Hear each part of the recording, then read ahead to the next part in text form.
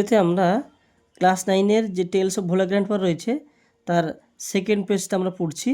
এখানে দেওয়া আছে, দেখো, I remember another funny incident. আমি মনে করতে পারছি অন্য একটি মজার ঘটনা অ্যাবাউট ভোলা গ্র্যান্ডপা, মানে ভোলা দাদুকে নিয়ে, রিলেটেড বাই মাই ফাদার, যেটা কথকের বাবার সঙ্গে সম্পর্কযুক্ত। ঠিক আছে, তাহলে কথকের মনে পড়েছে একটা ঘটনা ভোলা দাদুকে নিয়ে, যে ঘটনার সঙ্গে কথকের বাবা কিন্তু জড়িত রয়েছেন। ঠিক আছে, তো it had been a rainy afternoon. তো যেদিনের কথা বলা হচ্ছে ওটা ছিল কি, একটা বৃষ্টিমুখর বিকেলবেলা, মানে বিকেলবেলা বৃষ্টি হচ্ছে। ভোলা গ্র্যান্ডপা ওয়াইল্ড উইথ এক্সাইটমেন্ট, হঠাৎ ভোলা গ্র্যান্ডপা কী করলেন না, উত্তেজনায় তিনি উন্মত্ত হয়ে উঠলেন, মানে পাগলের মতো লাফিয়ে উঠলেন। টোল্ড মাই ফাদার, এবং আমার বাবাকে বললেন, অ্যান্ড হিজ ফ্রেন্ডস, এবং তার বন্ধুদেরকে বললেন, দ্যাট যে he had seen A gang of pirates, তিনি কি দেখেছেন না, একদল জলদস্যুকে দেখেছেন। এই যে পাইরেটস মানে কি, পাইরেটস মানে হচ্ছে জলদস্যু, যারা জলে ডাকাতি করে, আর গ্যাং মানে হচ্ছে দল। এই গ্যাংটা হচ্ছে কি, এটা কালেকটিভ নাউন। আমরা আগে প্রথম পেজে দেখেছিলাম না, ট্রুপ অফ মাঙ্কি ছিল। ট্রুপ অফ মাঙ্কি মানে কি, বানরের ছোট্ট একটা দল, সেখানে স্মল ট্রুপ বলা ছিল। তো ট্রুপটাও কালেকটিভ নাউন, আর এখানে এই যে গ্যাংটা, এটাও কালেকটিভ নাউন।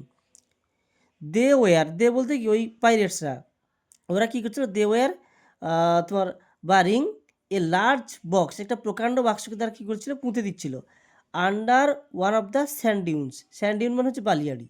তো একটা বালিয়াড়ি আছে, অনেকগুলো বালিয়াড়ি আছে, তাদের মধ্যে একটা বালিয়াড়িতে সেই জলদস্যুরা একটা বড় বাক্সকে পুঁতে দিচ্ছিল। অন দ্য সিশোর, সিশোর মানে কি, সমুদ্র সৈকতে বা সমুদ্র তীরে। বাই আওয়ার ভিলেজ, আমাদের গ্রামের।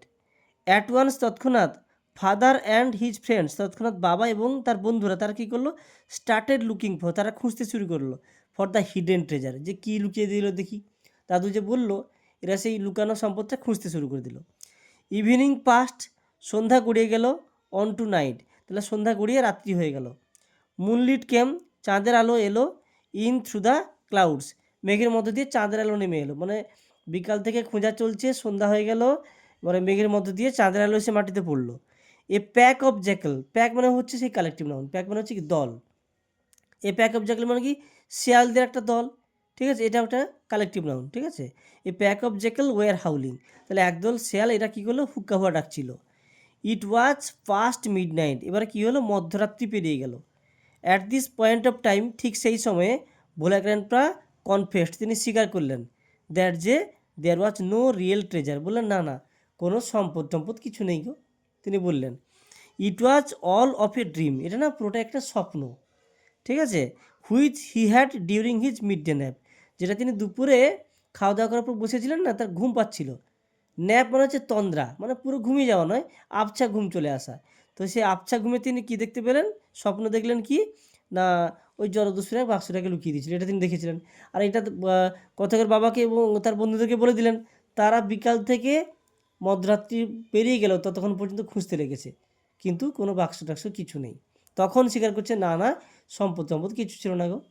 ঠিক আছে, ওয়ান্স ভোলা গ্র্যান্ডপা, একদিন Bhola grandpa had a great adventure, তিনি কী করলেন, একটা দুঃসাহসিক অভিযান করলেন। ঠিক আছে, ইন দ্য সুন্দরবন, কোথায়, সুন্দরবনে। সুন্দরবনে কী আছে বলতো, রয়্যাল বেঙ্গল টাইগার। আচ্ছা, ইন দোজ ডেজ, তখনকার দিনে রয়্যাল বেঙ্গল টাইগার্সগুলো, ঠিক আছে, ফ্রিলি রোমড, এরা কী করতো, স্বাধীনভাবে ঘোরাফেরা করতো। দ্য ডেন্স জাঙ্গল, মানে ওই ঘন জঙ্গলে, গভীর জঙ্গলে, অফ দ্য সুন্দরবন, সুন্দরবনের। পিপুল টু কেয়ার, লোকেরা যত্ন নিত, to move about only in groups, তারা যখন যেত, লোকেরা মানে সবাই দল বেঁধে যেত, কেউ একা যেত না। পার্টিকুলারলি আফটার সানডাউন, বিশেষ করে সূর্যাস্তের পর। সূর্য অস্তে গেলে মানে কি, সবাই দল বেঁধে যাবে।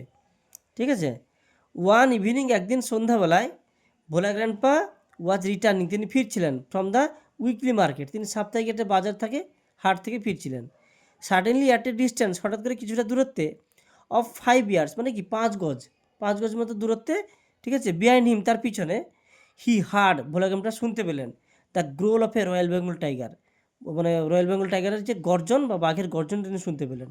ভোলা গ্র্যান্ডপা টার্ন, ভোলা গ্র্যান্ডপা ঘুরে পড়লেন, দাদু ঘুরে পড়লেন, অ্যান্ড ফাউন্ড দ্য ব্রাইট গ্যাজ, এবং তিনি উজ্জ্বল দৃষ্টি দেখতে পেলেন, অফ দ্য টাইগার, বাঘের, অন হিজ ফেস, বাঘটা তার মুখের দিকে একটা উজ্জ্বল দৃষ্টিতে তাকিয়ে আছে, এটা তিনি দেখতে পেলেন। ভোলা গ্র্যান্ডপা ইনস্ট্যান্টলি ক্লাইম্ব আপ, ভোলা গ্র্যান্ডপা কী করলেন, তৎক্ষণাৎ তিনি চড়ে গেলেন, এ নিয়ার বাই ব্যানিয়ান ট্রি, একটা কাছে বটগাছ ছিল, সেই বটগাছে তিনি উঠে পড়লেন। দ্য টাইগার রোড, বাঘটা গর্জন করতে লাগলো, অ্যান্ড সার্কেলড এবং চক্রাকারে ঘুরতে লাগলো দ্য ট্রি গাছটির অ্যাবাউট 100 টাইমস, মানে প্রায় 100 বার গোল গোল করে ঘুরছে আর কি। ঠিক আছে, দেন তারপর ইট সেটেল ডাউন, তারপরে অবশেষে বাঘটা স্থির হয়ে বসে গেল আন্ডার এ বুশ, একটা ঝোপের নিচে চুপ করে বসলো। ঠিক আছে, without taking it's eyes of him, মানে ভোলা থেকে তার চোখটাকে না সরিয়ে দৃষ্টিটা সেই দিকে রেখে সেখানে বসলো। উইথ নাইটফল, রাত্রি হওয়ার সাথে সাথে দ্য ফরেস্ট গিউ ডার্ক, জঙ্গলটা পুরো অন্ধকার হয়ে গেল, অ্যান্ড সাইলেন্ট, নীরব হয়ে গেল।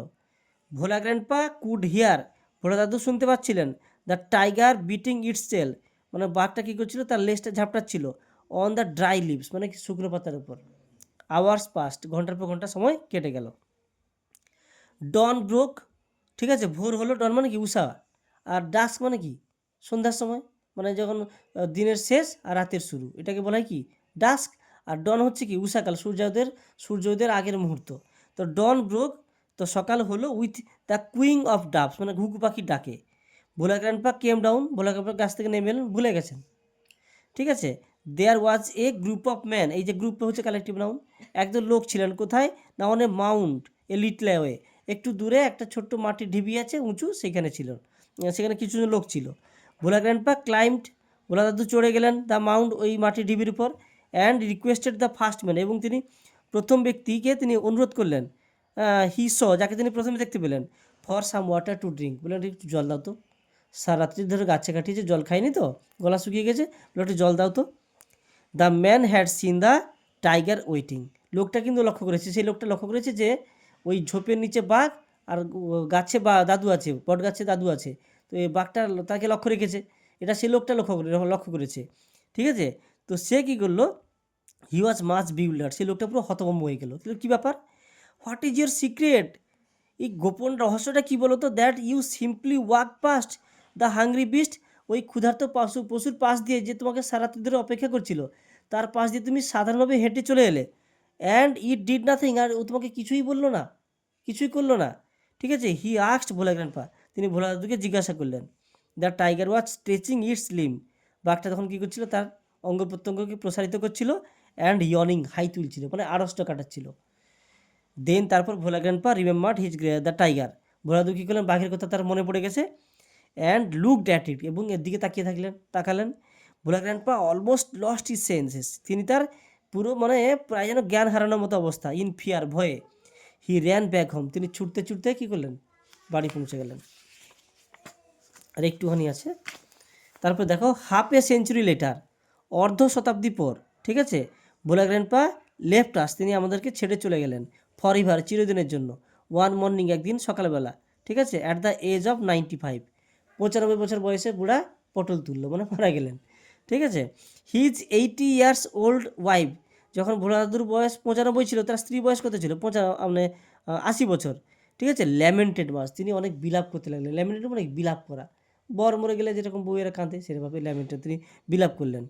সি সেড, তিনি বললেন, উইথ এ সাই, মানে তার স্ত্রী দীর্ঘশ্বাসের সঙ্গে বললেন, শ্বাস ছেড়ে, কি বললেন, the old man must have forgotten to breathe, এই মানুষটা না মরে গেল কেন জানো, বোধহয় শ্বাস নিতে ভুলে গেছে। প্রশ্ন আসবে যে ভোলাদুর মৃত্যুর কারণ হিসেবে তার স্ত্রী কী বলেছিল, যে বৃদ্ধ মানুষটা বোধহয় শ্বাস নিতে ভুলে গেছে।